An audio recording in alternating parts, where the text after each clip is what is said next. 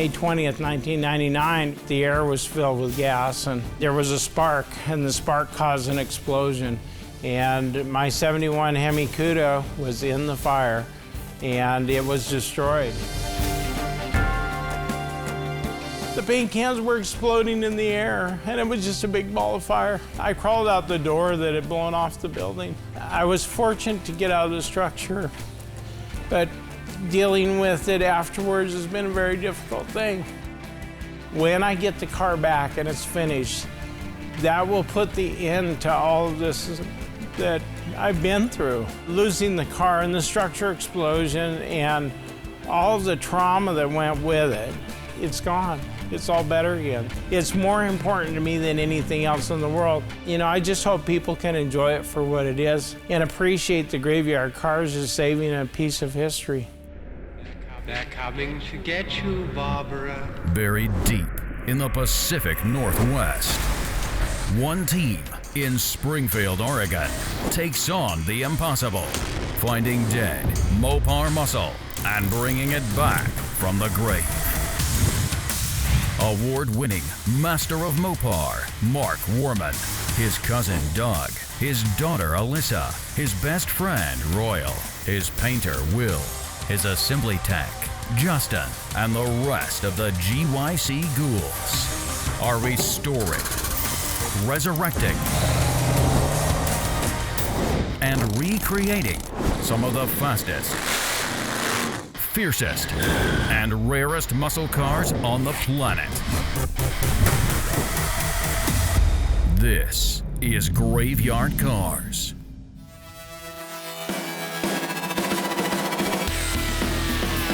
As a lot of you guys remember, a few years ago we took on the 1971 Cuda that we've dubbed the Phoenix Cuda. This was and is the worst condition car we've ever done at Graveyard Cars, topping our Phantom Cuda. Our 71 Phoenix Cuda burned to the ground, nothing left.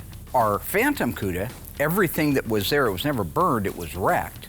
Everything that we started with fit in a 4x8 trailer. We put that car back together again, against the odds. In fact, it was the car that started Graveyard Cars because people thought, well, they're going to rebody it. We wanted to document it. It needed a lot of sheet metal, no problem. AMD Installation Center, actually, Craig helped us out if you remember that. That car was revealed to the world. That was one of our biggest reveals in Graveyard Cars history, that we brought this car from absolutely dead back to life again. Now, the Phantom Cuda went to Switzerland, and the gentleman that bought it is the same gentleman that bought our 1970 Cuda 340, real loaded car, rear window louver, rear spoiler. Also the one that got sabotaged by some person that we will not name, poured sand down it and ruined the engine. So the real question is, who had access to the engine? Who had something to gain by it failing? Who had the motivation to sabotage it? I don't know now, but I will know. I promise I will know. Anyway, when the Phantom Cuda showed up in Switzerland, he already had the other 70 Cuda, he took a video of it. Hi Mark, this is Danny from Switzerland. Guess what? The Phantom Cuda arrived today in Switzerland. What a great moment. Have a look to the beauty. Oh my gosh. She is so unbelievable, beautiful, amazing. Thank you so much, Mark. I'm so happy. Greetings from Switzerland, and thank you so much. Bye-bye, my friend. Here in the States, it had a hell of a story. Now it's starting a new life over there. So prior to the Phoenix Cuda, that was the worst car in history at Graveyard Cars. When a car is burned, to the degree this one was burned, you know that all of your 18 gauge sheet metal, your fenders, your doors, your hood, your deck lid, your roof skin, they're all going to be warped. But you have no idea what the total extended damage is. Is the reinforcement compromised? The roof reinforcement inner structure, the frame rails, the floor. Because if it melted and warped the metal on the car, then it certainly could have damaged that stuff. Even though it may not look damaged, it may have affected its structural integrity. You also have the fact that when you look at the original pictures of this car, every single thing on it that was made of plastic or pot metal, and even metal in some cases, melted.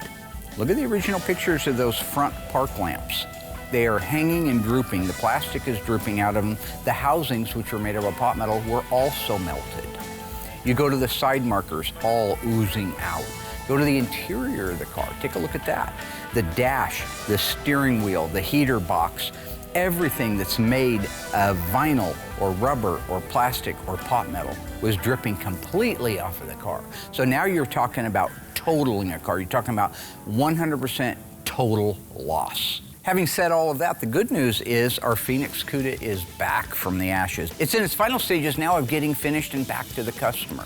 Once we had the car here, once Wendell had dropped it off, we immediately had it disassembled. Doug worked with Justin on some of the disassembly on that car. Once they had it completely disassembled, two things happened. I sent it over and had it dipped. While it was being dipped, I had Doug start working on the drivetrain because this thing had sat for over 20 years, so we were facing some real potential problems with it. The Hemi for Wendell really had me worried. Not only was this thing burned to a crisp and rusted beyond belief, but it was also still full of water from when the fire department put the thing out. My biggest fear was that we would have to have all of the cylinders sleeved and replace the heads. One of the best phone calls I had from the machine shop was they said we could get away with a 30 thousandths overbore, new pistons, and the heads were already rebuilt. Once I got the engine back from the builder, I went right to town on this thing. Unfortunately, we had to replace the intake, the carburetors, everything from the air cleaner to the oil pan on the outside of the engine had to be replaced, but we were able to save the engine.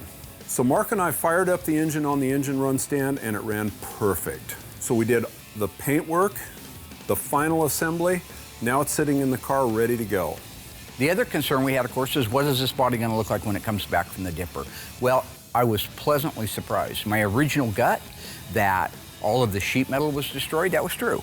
All of the weld-on panels and bolt-on panels, such as the roof skin, deck lid, hood, fenders, doors, the quarter panels, that was all destroyed, balances. But you get into the substructure of it, and it was amazing. These floors looked like they had never had any damage to them. There were even original assembly line markings underneath there that had burned an impression into the floor. So we replaced all of the metal on the car. Once that was done, it was able to go over to the body shop. That's where they smooth it out. End to end, pretty much have a skim coat of filler because you're wanting to smooth this thing out and make it look beautiful. So we got that done, went over to Will's department. Will immediately went to work on primering it. We do 3 primer and blocks on an average. So it gets primered, block sanded out. Primered, block sanded, primered, block sanded. When all that's done, it's ready to paint. This is GB5, it's not EB5. The difference is B5 in 1969 is a different shade of blue than it is in 1971. E means it was introduced in 69, G means it was introduced in 71. This is a GB5 car. He did a gorgeous job laying it out, which really brings us where we are today. The body, the paint, all of those things are completely done. Engine, transmission, they are done. It's time to do some final assembly. 1971 Barracuda is a driver's car. A car that combines uncommon beauty with comfort and as much performance capability as the buyer can handle. There's a full line of engines too. The 318 2-barrel, the 340 4-barrel, the 383 2-barrel, the 383 4-barrel, the famous 426 Hemi, and the 440 6-barrel. That's Chrysler Plymouth coming through with more engine choices than the competition.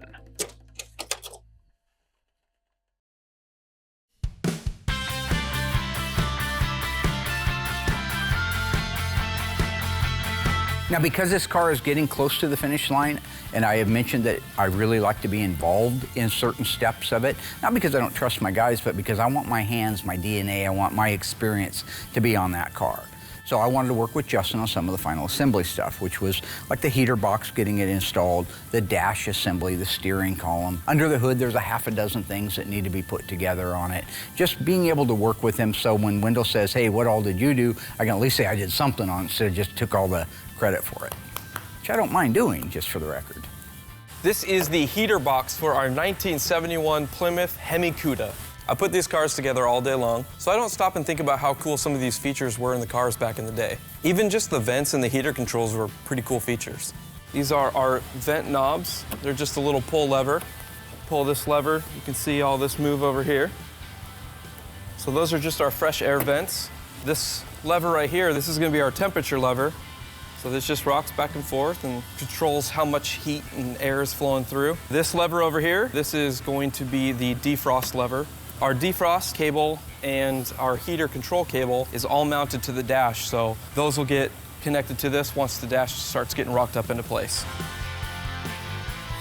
All right, so you're gonna feed it through. I'll grab it Yep. on the back side with the, put the nuts on. Okay, there you go, and So things like the heater box and the dash assembly, it's always nice to just have another set of hands and another set of eyes. It's really cool that Mark can take some time out of his day and be a part of some of these builds. How's that? yeah, good. I got one nut going on right now. Boy, it's nice when they go together like that. Oh, yeah. It's awesome. Okay, tightening then? Yeah, go ahead. Now that the heater box is in place, we can install the dash. And again, this is a nice operation to have somebody help you with. I bet you he's gonna be happy seeing this in his car. Oh, I think he's gonna be thrilled. Can't wait to see him when the car's done. Oh, yeah. It's gonna be waterworks. If you ever have your Kleenex out, because he's gonna be crying. I can't wait to get the billboards on there. That's Just I'll to get see really- the car yeah. done, like a before and an after of this melted heap of nothing. Get these down, get it over it or under it? Under. Get my Just making a couple of adjustments here. So for the temperature selector, and then we can roll this up into place. Yeah, we've learned that a lot of times there's other connections you can make, like the speedometer cable and things like that. A lot of times you got to take it right back out again because you found something or something happens or you missed something. Okay, there we go. Got it? All right. I'm kind of surprised how nice this car's gone together because you were saying even like the glass, like this is the easiest glass you put in a car. Oh yeah, everything's gone together easier than I thought it was going to. So, It's because How it are was you? meant to be, probably. Meant to be.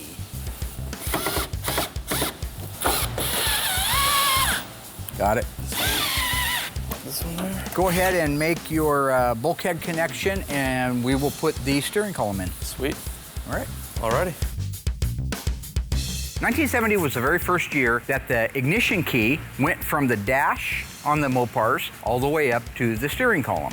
Now, the reason for that, and I've talked about it before, for those of you who haven't had a chance to see that, they wanted to be able to lock the steering wheel. Theft was a real thing back then. They were stealing cars, gone in 60 seconds. How they did it was through a series of linkage. If you were to put a manual transmission car in reverse, it would turn a collar here, and it would allow the steering wheel to lock, because a little pin comes out, boom, and locks into a yoke right here. There you go. If it was an automatic, you would have put it in park. Move it all the way up to park, turns this collar, lock steering column. Great idea. The problem with it was there's a lot of linkage involved in that, very mechanical by nature, and they had some failures with it. 1971 comes around, they go, we got a better idea. So watch how this one works. I'm locked. I turn my key. Now watch when I turn my key forward, what happens with this lever. See it pop up there? Now that this has popped up, it has freed my steering wheel up. Da-da-da, I'm driving around town, everything's great, get down to the old Fine Arts Theater, Rocky's playing. If I want to lock that column and get my key out of that ignition, I have to hold it down and back. Now I can pull my key out. That's a significant change from the 1970 all linkage model. Wendell's not gonna know what hit him next time we see him. Okay, now I don't have a lot of room because all the muscles on my arms get in the way of this power brake booster. Oh, is that what it is and not the Hemi? Well, the Hemi and the booster just make it really tight, and then the size of my arms don't help. Slow down right there, don't go crazy. Okay, come in, rotate it. No, you went crazy. Turn it a hair to the right, literally like 1, 2, there you go. And Trying not to go crazy here. there you go. Now you can come on in. You lined up? Yep. Alrighty. Boy, it's going smooth, I love it. Love it when a plan comes together. Wish they were all like this. You know who used to say that? Whip over to Tiny. Who used to say, I love it when a plan comes together? Archibald? There was an Archibald in the A-team? What are you talking about? Hannibal. So let's get this straight. I was born in '85, and the A-team came out in 1983. I mean, how the hell am I supposed to know who Hannibal is? Seriously.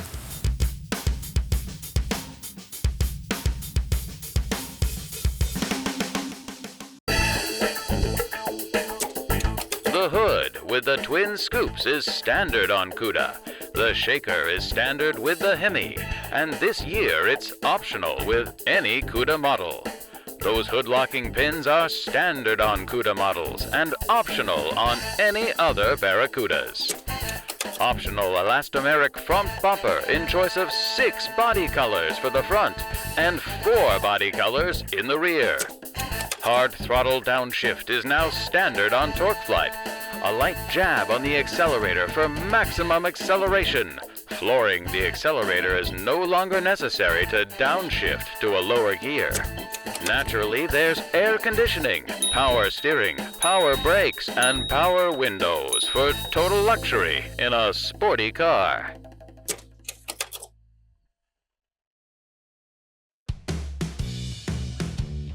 After Mark and I got the dash in the car, he wanted me to get the exhaust system installed. One of the things that I really like about Mark's teaching style is he likes to put people in different positions to give them experience and also find out where their strengths lie. In this case, he had me work with Hunter, AKA Bubble Boy, as Mark likes to call him. So this is our ECS exhaust system. They're as close to factory as you can get.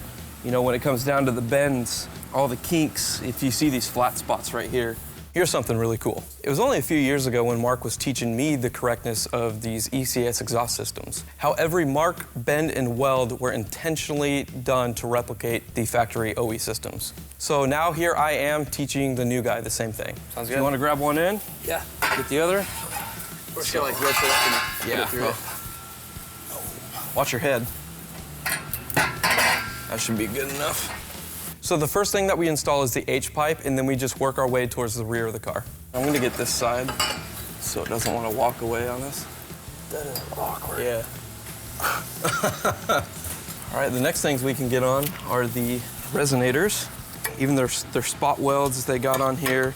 They got the date codes, 196th day of 1970. So another cool thing that they have is, you know, they got the Pentastar. Yeah. So you've known Will for quite a while now, huh? Yeah, I've been friends with Brody since 4th grade. Oh, geez. Yeah. And so I didn't really know his dad too much until like high school. Okay. Like junior year, I got pretty close. Yeah. And then we've just been like family ever since. There you go. You got any good, fun, embarrassing stories about him? No, he dresses up as Santa every year. Oh, he loves that. To give some gifts for his kids. Yeah. Yeah, my dad dressed up as Santa every year for Christmas, so I have to keep that tradition alive. Time for Santa?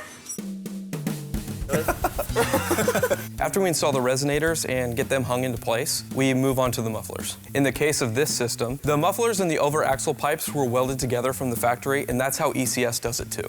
When I first started here, Mark had me working alongside Doug for a little while.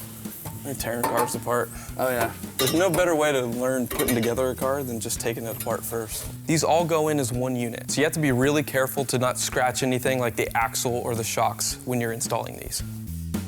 All right, so what we'll do is slide your hanger in there. The last thing that we install before the tips go on are the muffler hangers. These are very adjustable pieces, so once you get the tips on, you install the valance. And sometimes the tips take a lot of adjustments to fit the cutout openings of the valance correctly. The guys did a fantastic job on this, all right? I watched through the footage. I listened to Justin as he was teaching Bubble Boy what had to be done, what didn't have to be done, what the clamps are like, all this stuff. But when you stand back and you look at the bottom of that car from one end to the other, you think it's 1971 again. That car was built in May of 1971. It feels like May of 1971 when you look at that beautiful, amazing looking OEM finish and that OEM appearance. But overall, fantastic job. Think you have a good memory? True or false? The functional shaker hood is standard on all Cuda models. If you think you know the answer, stay tuned after the break to see if you're right.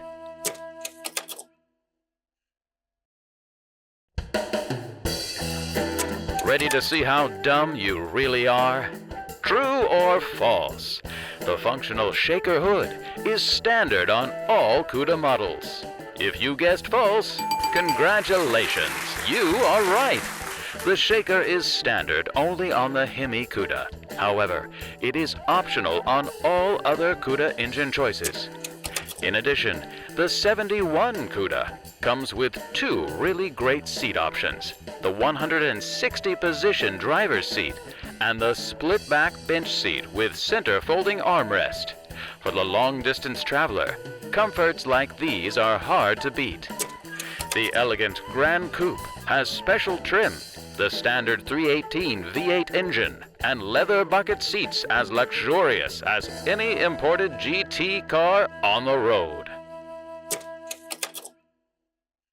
So today we're going to put together the front grille assembly, the bumper, and the front valance for the Hemi Cuda. Been waiting a long time for this, so it's going to be pretty freaking awesome. The guys did a great job working together and installing the exhaust system on the car, so I want to give them something much more difficult. These things are pretty simple to mount, actually. This is a very big part of the car, the grille, the front bumper, the lower valance, park lamps, all that stuff. You got 5 holes up here. These are our mounting holes right here. There's 3 tabs on the bottom that they mount onto. With the tops, we're gonna mount right here in the center. We got this one. 2 over here also. Yeah, and then 1 on the side. Gotcha. Like a 70, the grill would be mounting like right through here. Oh, really? So yeah, they don't do that. Then we got the bottom tab down here. Gotcha. And then our center tab. Okay. And then the grill's in. All right, let's just lift it up in there. Just watch the side of that fender. The tab on the bottom, make sure it pulls down below that mounting bracket. It helps just kind of guide it in there a little bit better. Okay. Nice. Start with our outside mounting holes. If you want to, you can kind of look in there. You can kind of line up that plastic nut. And once you get it started and you know it's in,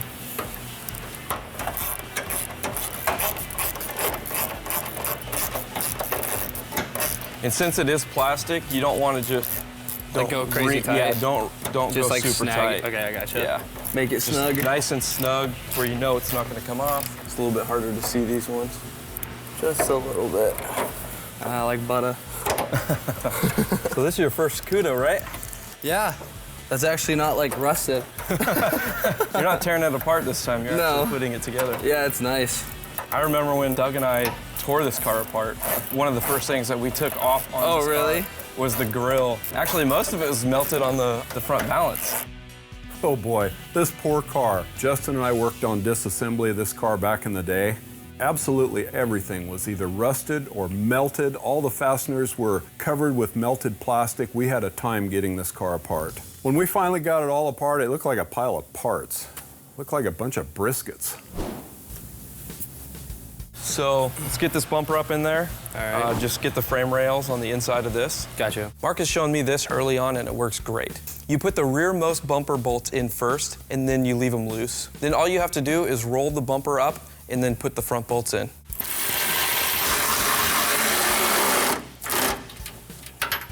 And after that, you simply adjust your height and your depth. The key to doing this way is you limit the risk of scratching or denting the paint, and it takes no real physical effort to do. All right, let's grab that front valance, flip it over. All right, so this is gonna mount right here on the lock support. On the inside of it? Yeah, and then these tabs are on the inner frame rails. Okay. So we'll get those. I'm gonna set one right on this middle one, so it's a little easier for us. Yeah, hold it up a little bit. Grab 2 bolts down there, get your side in. It's a tough angle to get to. Oh, yeah.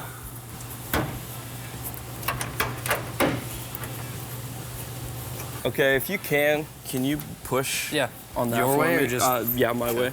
Just gotta close that gap. So working around Justin, it was like super fun and educational because it's like he's super knowledgeable and he has experience, so it's like I'm learning, like, it's like a free education. But I mean, he calls me Hunter. Someone like knows my name around here, so it's nice. So they call me Bubble Boy, they call me Vinny Barbarino, and pretty much anything else in the world but Hunter. All right, there we go. Nice. Now we can get the inner frame rail ones. So you just kind of push it up against it, or? These things like to sag down in the middle, so just push up. Gotcha. See if it lines up. There we go. On the front valance, there are some adjustments, but not a lot. The fenders are flexible. They will come in to meet the valance or out if necessary. The vertical lock support establishes your side-to-side and your depth of the valance. Once that is set, you can just adjust and tighten so everything fits its best. And then you got one more? Yeah. Last one, it's hard to see. Oh, it goes down there? Yep. Oh, geez, you can't even see that. There we go. Nice. Now, just make sure we got everything where it needs to be. So I always tighten down that front one first, just make sure it's flush. Okay. See if I can get on there. Yeah, good luck. Yep.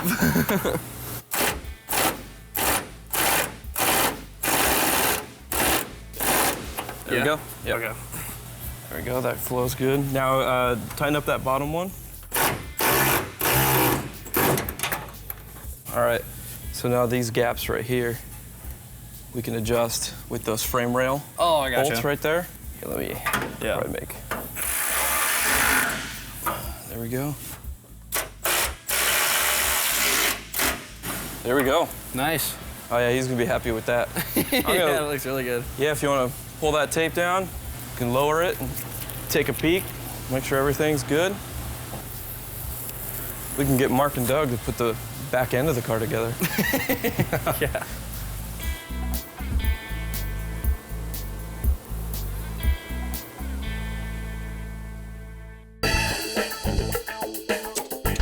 Let's stack Mom's Mustang up against the badass Barracuda and see what mistakes Ford has made. Here's Mom's Mustang front-end treatment. Nothing particularly new. Single headlights, see-through honeycomb grille, relatively narrow bumper. The wicked Barracuda does it differently. Dual headlights, all-new grille with 6 scoop-style openings that peak towards the center. Deeper, heftier bumper protection. The premium fuel performance engines each offer 3 choices, but Mom's Mustang hasn't come close to matching the Barracuda's 446 barrel or the unbeatable Hemi. Comparing transmissions. Barracuda's console-mounted torque flight has the slapstick with gate check that lets you speed shift through the gears. But the Dead Horse's select shift has no lockout gates, so you could go into neutral or reverse and scatter the slush box transmission. Plymouth's gonna get ya moving. Plymouth comes through for you with 71 Barracuda, lean and tough, the way a sports car should be. In coupe, hardtop, and convertible.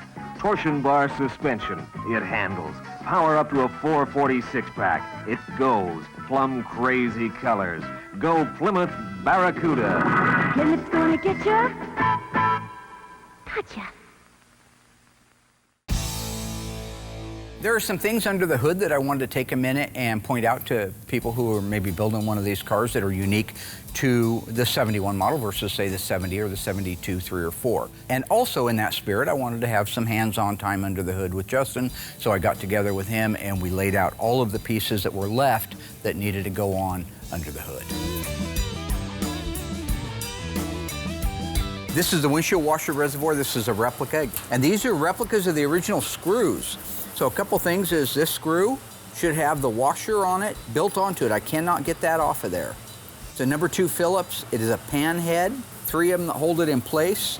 The cool thing is this reservoir, while it looks identical to a 1970, it's unique for the 71, as you know, because of this dimple right here. In 71, the Cuda went to a 4 headlight system. So when it went to a 4 headlight system, it uses a mounting bracket that holds those headlights in place. That mounting bracket has a bolt that goes through it from the inner fender right here. So it has to have that provision when it goes in for that bolt. So I'll give you that and let you put that in.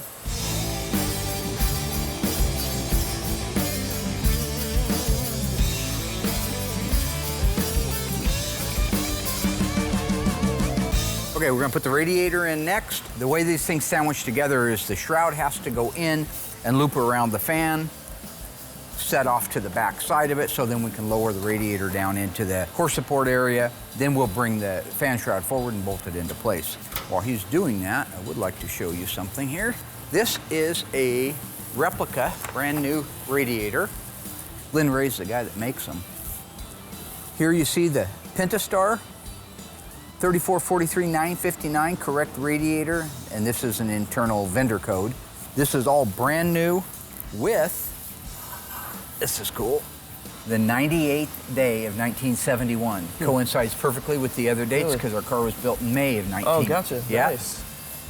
Give you a hand lowering it down in there. Yep. All right. Just little things like that make all the difference when you're putting the car together. Got the bottom bolts already in place. Yeah, good. Okay. Are you lined up? I'm parked on mine, yep. Perfect, there we go. Beautiful. Look at that. It's the way it's supposed to look right there. All right, I'll let him go ahead and bolt that in, put the shroud in, and then the next thing we're gonna work on is horns, seal, and battery. So right now, I think we can go ahead and put the horns on if you'd like. Go ahead and grab those, put those on. And after that, we'll put the seal on. Well, let's see. So this is a replica, a nice replica of the seal that seals from the hood up here down to the core support, right there. And then these little clips push through from the back sides, like that. So when it's all in place, it goes on upside down and backwards, kind of like that right there. This one goes through from the front. You know, it's easy when you're building one of these cars out, especially if you're at home and you don't have 100 cars in the graveyard to go look at or years of experience that you could overlook. So for example, like either the cowl to hood seal back at the cowl where the hidden body numbers are, or the radiator support to the hood seal. Having it there, making sure it's the right part, very, very important. Making sure the clips are accurate. Not just any clip, not a Christmas tree clip, plastic ones like GM cars use, but use the original ones with the correct finish on them. Make sure the clips go the correct direction, the ones that should go forward and the ones that should go backwards. It's all that little detailing stuff that you really need to get the book out. Get your Dave Weiss book out. Let's go ahead and put the battery in. That's a replica Group 27 red cap. Another detailing item that I've took some crap in social media and stuff for are the batteries that we use. Well, if you go back to early seasons of graveyard cars, you'll see that they were the accurate batteries. They were replicas of the original yellow cap, red cap, green cap batteries. Those have been on back order forever. Anybody who's got one of those cars right now knows they've been waiting years to get one of those batteries. Well, they're starting to trickle in. So in the case of our 71 Hemi Cuda, we did get our hands on a red cap, and that's what you're seeing. Go ahead and set that bad mamma jamma down in there. So the 440, 426 Hemis got the red cap batteries. If it was a 383 or a 340, I think, got the yellow caps. These are replicas of the original battery hold-down hardware with the correct fasteners on the top. There's that.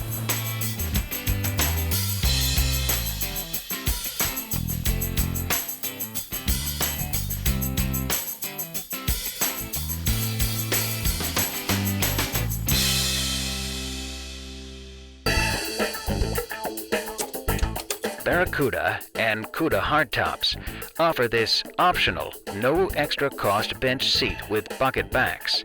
There's even a folding center armrest, and with the armrest up, there's room for 3 in the front.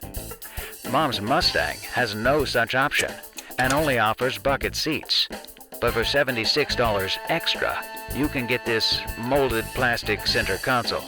The top doubles as an armrest, but the result is still a 2-passenger seat with a permanent obstruction in the middle. And you're still driving Mom's car. Mustang is trying to kill you with this optional instrument panel. Standard on Bosch 351 with gauges replacing warning lights for oil, amp, and engine temperature. Yet these gauges are set way over to the right. A driver has to look away from the road and then lean over to read them.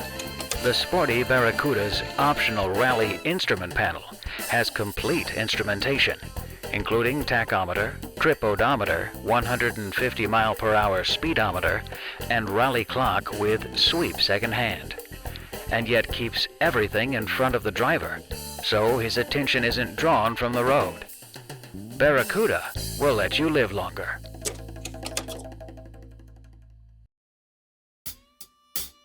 This is a real live Hemi brake booster. Did a great job detailing it, by the way. Thank you. Everything here is unique to a Hemi car. This bracket, this brace, everything that you see is unique to the Hemi. See how this goes into the firewall down here? This would be a normal master cylinder. Because the Hemi stands so tall, they had to get the booster up in the air. So now you look from here to the center of this point, They've raised that thing up, what, 4 inches to get it up out of the way? Almost doesn't clear the hood. It's tall, yeah. Yeah, he was telling me it almost didn't clear the hood. Special impression in the hood just so that you could close it. But well, I bet that impression's on all of them, though. It wouldn't be unique to a Hemi car. Okay. Even they took advantage of it. Oh, okay. Wow. Yeah, they took full advantage of it. Now, if you take a look at these Hemi cars, especially your E-bodies, look at how close, even after they raised up the power brake booster all that ways, look at that valve cover, the gap between the valve cover and the power brake booster. Imagine if that booster was down another 3 or 4 inches. You wouldn't even get the engine in it, number one. You certainly wouldn't get the valve cover off. I've taken those valve covers off in the cars, and even with the relocated booster, it is difficult. That engine is wide. They call it an elephant for a reason. All of these keepers right here, these are new reproduction keepers. They're the outer nut that hold these wire brackets in place. All of the nuts are new nuts with washers. And if you guys remember, this car was burned to a crisp. This is all his original stuff. Yep. So, I mean, he did like a phenomenal job detailing that stuff. This is definitely one of the worst power brake setups I've ever had to detail. The good thing is it was all there, just barbecued. Power brake booster, you pay a pretty penny for this setup on eBay right now. I bet you get a couple grand, 2,500. Well, you got it looking maybe 35. Just for a brake booster? For this setup. My goodness. Oh yeah, they're outrageous. They do not reproduce the power brake booster, so if you want the right one for the car, you're going to get an original. We happen to have windows. Go back to the original footage. It wasn't so pretty, Al. It wasn't so pretty. That thing needed everything. So what we did was, once we had the booster disassembled, we sent it up to Booster Exchange in Portland. He disassembled it, sent it back to us. We had to replace a stud in it because it broke from the heat. When we took it off, it was seized together with the nut, so we had to replace that. But we also did a ton of body work on the outer shells of it. Then we painted it, sent it back to them. They finished rebuilding it and got it back. And I did the right thing having the gasket in place. Yes, the gasket should be, yeah. Okay. Another little point of detailing I see at a lot of car shows is they do a good job of detailing everything. What they don't realize is the master cylinder was attached to the power brake booster when these got painted at the factory. Okay. Just one little quick note is that foam gasket that should be in there between the master cylinder and the power brake booster, that whole unit, the booster and the master cylinder, were painted as one unit.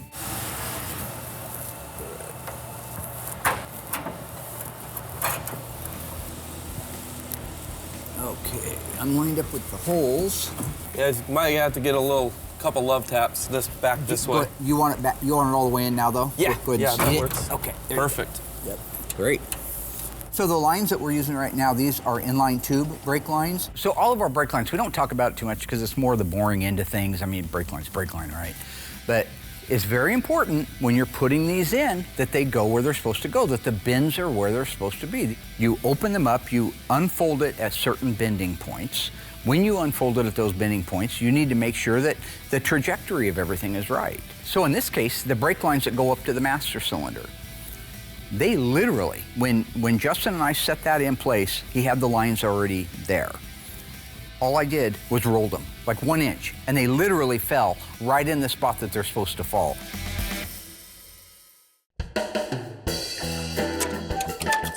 Let's see if you were paying attention. We know the Ford Mustang is no match for the bad-to-the-bone Barracuda, but what does it share in common with our wicked fish? Is it the same engine horsepower, the same 150-mile-per-hour speedometer, or they're both cars? Think you know the answer? Stay tuned after the break.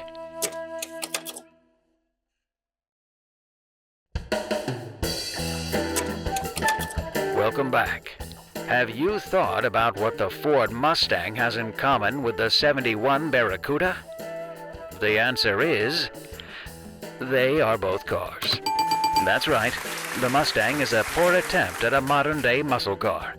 It has a tiny engine that doesn't produce horsepower, and the instrumentation will cause you to crash and spend the rest of your life driving a van with a ramp that you steer with your teeth. Plymouth makes it. In addition, Barracuda's brake linings are bonded. Mustangs are riveted, which won't matter since you'll likely be dead trying to read the oil pressure gauge. Sorry. Bonded linings last longer. Mustang's linings wear down to expose rivet heads. The brake drums can be scored and will require refinishing. Car versus car. Barracuda starts lower on price and maintains a price advantage model by model.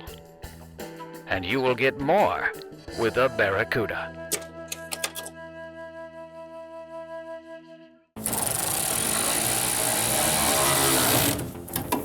Literally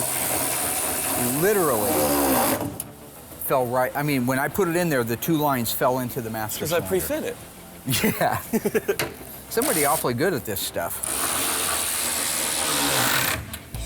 God, that's beautiful. Look at that gorgeous thing in there. There we go. All right, I got these started. You can tighten them down when you and Doug do the brake bleeding on it. Oh, good job. Man, that thing does stick up high. It thing's up there a mile. I mean, that's almost as tall as the cowl. Yeah, but it's got to clear it. And even at that, you got about, what, an inch. You got just enough room to get that valve cover off without taking the power brake booster off. Oh. You know, to Justin's point here on how tight that is, if you look at the power brake booster where it sits in space, and you close that hood down, in fact, I took a GoPro and I did this, you can see that there's no room in there. There's nothing. If that master cylinder were to flex at all, which it doesn't, or the power brake booster, or the hood were to sink down, it would hit. That is how tight that is. Whereas if you do it to a normal car, you could put your head in there between the two. Maybe that's an exaggeration. But you get the point. It's very, very tight. So we're taking an original date-coded wiper motor. Is this the one off of his car? Or did we find one because his I think we had to find a date-coded one for him. All right. So this car was built in May of 1971. That's when the car was actually assembled. So if you look at this rebuilt wiper motor, this is a variable speed. It's got the correct part number on it here. Look at this lower number, 1161. This was stamped the 116th day of 1971. So that means that it's actually, and it's built for a G-Series car. Now again, back to making a car OE correct, the wiper motor. Having the correct date on there, something that precedes the car by enough time that it's feasible. The 116th day in 1971 makes this precede the car by a few months and makes it the exact, correct, original replacement for the one he had, because his was cooked so bad from the fire. Oh yeah, it was so warped. Yeah, I think one comes from the bottom and one comes from the top. Do they? Oh, well then I might only have the... Okay. We'll just need to round up 3 more of those little collars, and I'll show you what those are in a minute. Okay.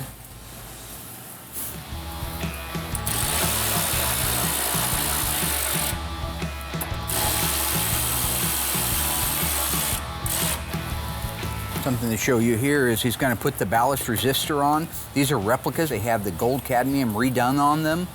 Well, these are brand new brackets that have gold cadmium plating on them. Original ceramic replica. This is identical to the one that would be on the car originally. Most importantly, anytime you're putting your firewall hang-on stuff like starter relay, ballast resistors, voltage regulators, see this little bolt has a zinc finish to it, and there's a little fisherman's anchor right there. It has to have that on it to be an original firewall or inner fender attaching screw.